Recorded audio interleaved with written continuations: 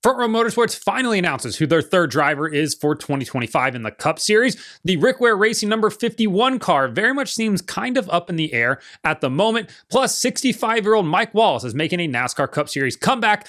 I'm not joking.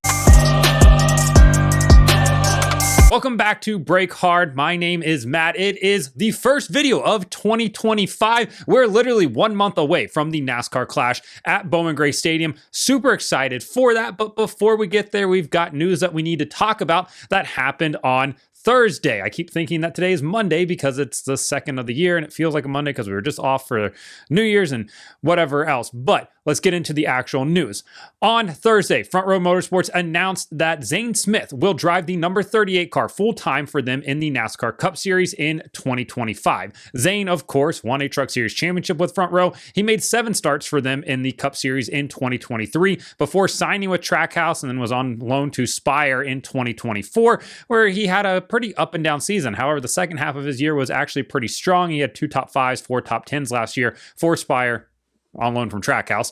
In his 7 starts with Front Row Motorsports in the Cup Series back in 2023, he had 1 top 10 finish, that being in the Coke 600. He also started another race in 2023 with RWR Racing and made his Cup debut back at Gateway in 2022 with Roush and Keselowski Racing subbing for Chris Buescher. But he will now go back home to Front Row Motorsports in 2025. And honestly, I think that's a great landing spot for him. And FRM has a potentially really stout driver lineup if they all continue to develop kind of at the pace they are. They have Todd Gillen, who will famously drive the number 34 Loves car now for FRM. They have Noah Gragson still waiting on his number. Will it be 4? Will it be 36? Remains up in the air at the moment. And now they have Zane Smith as well. All 3 of those guys have won races in the lower series.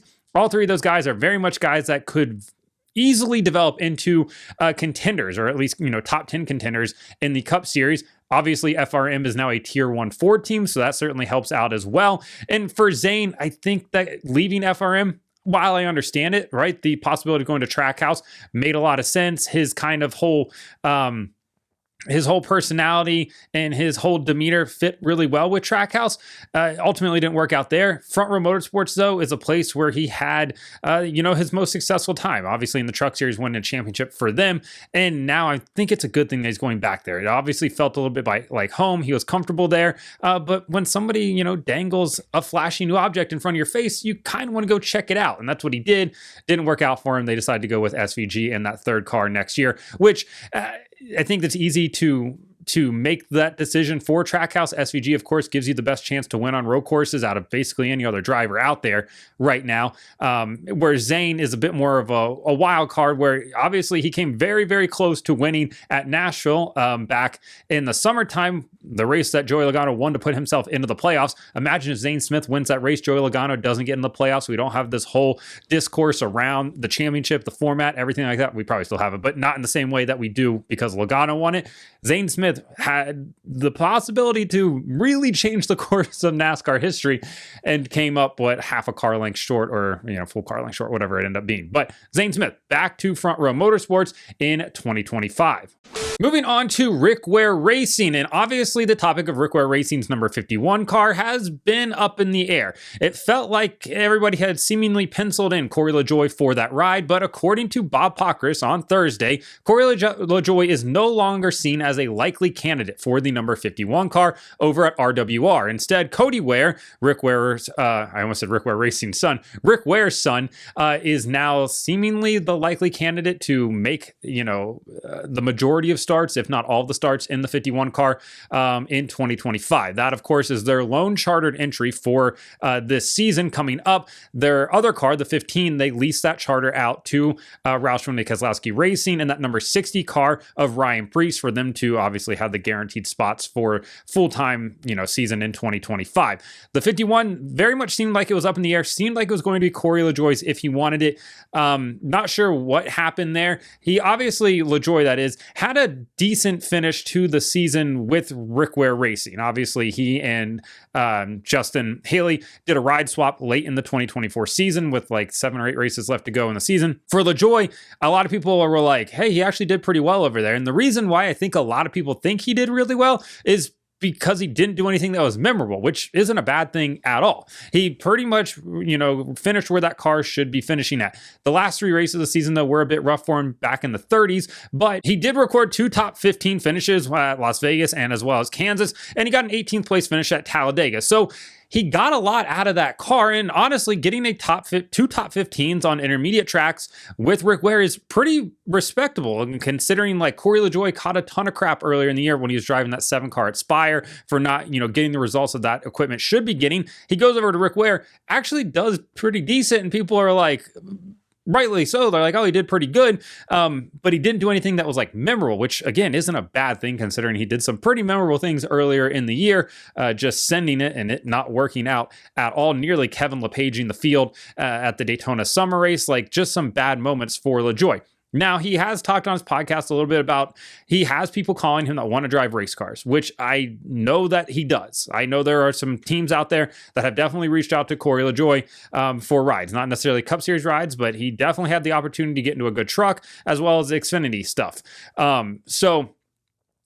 For him, I think that Corey LaJoie in his sort of career is at a bit of a crossroads here. Does he want to continue driving, or does he want to go more of this media route? And honestly, I think Corey LaJoie going that media route right now is not the worst idea out there. He has experience in the Gen 7 car. He's driven in NASCAR for a number of years now. We're looking at a decade or so at this point for him.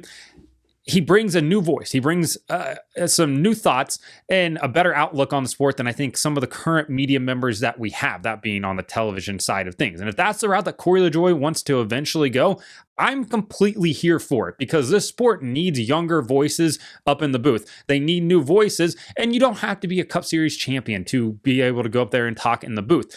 I think that LaJoie could be a guy that transitions really well into that TV booth, again, if that's sort of the direction he wants to go. Not sure if it is, but with the multiple different media partners that the sport has right now coming in, it makes a lot of sense. Plus, he already has a really strong relationship with NASCAR Productions through his podcast over there at Stacking Pennies.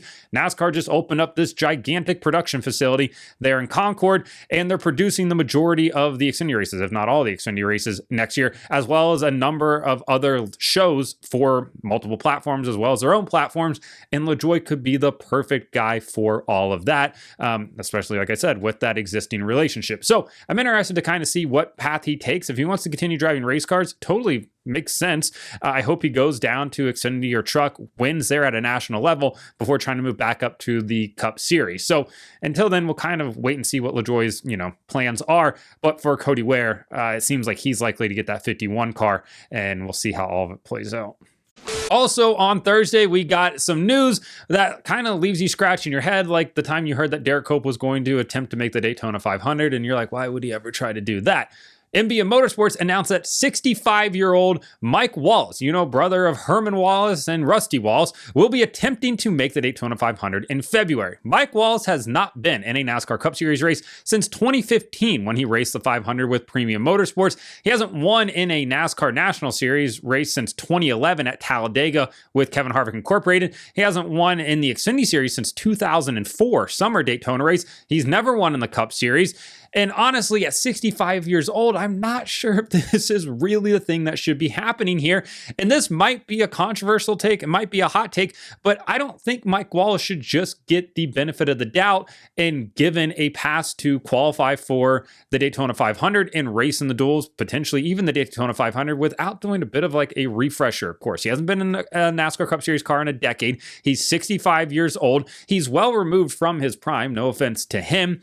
And if you're going to deny others, you probably need to deny this guy who hasn't been in a car in 10 years. I mean, even the Indianapolis 500, you have to go through a refresher course to be able to qualify and practice for the Indianapolis 500. So for Mike Wallace, I get it, right? Stock cars are stock cars. It's the same general concept. He hasn't driven a Gen 7 car, at least not in competition. Things have changed. Moves happen a lot faster. The racing is a lot different. None of these guys have ever raced around Mike. Well, majority of these guys have never raced around Mike Wallace. There are certainly some out there that have. I'm just not sure that this is the right thing for MBM and Mike Wallace to be doing.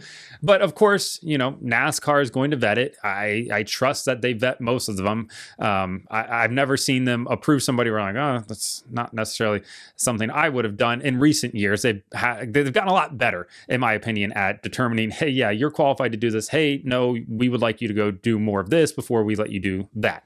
Totally fine with all of that. I've been on record saying that NASCAR needs to have a stricter licensing program for the Cup Series, and that there should be certain thresholds that are met for you to be able to move up. Not super license style like in Formula One, but definitely like there should be some steps to this process to be able to race in the Cup Series.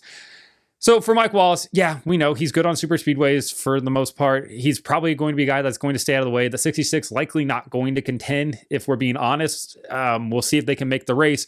It's just a weird announcement and a guy that I 100% did not expect to see on the entry list when we get to Daytona in February. But hey, we'll see what he can do, I guess. So let me know in the comments what you think about Zane Smith going back to FRM, Corey LaJoie, and where his career is going to go, as well as Mike Wallace at 65 with his AARP card coming to race the Daytona 500, or attempt to at least. So like and subscribe to the channel. Follow me on TikTok at BreakHard, Instagram, Twitter, and Facebook at BreakHardBlog.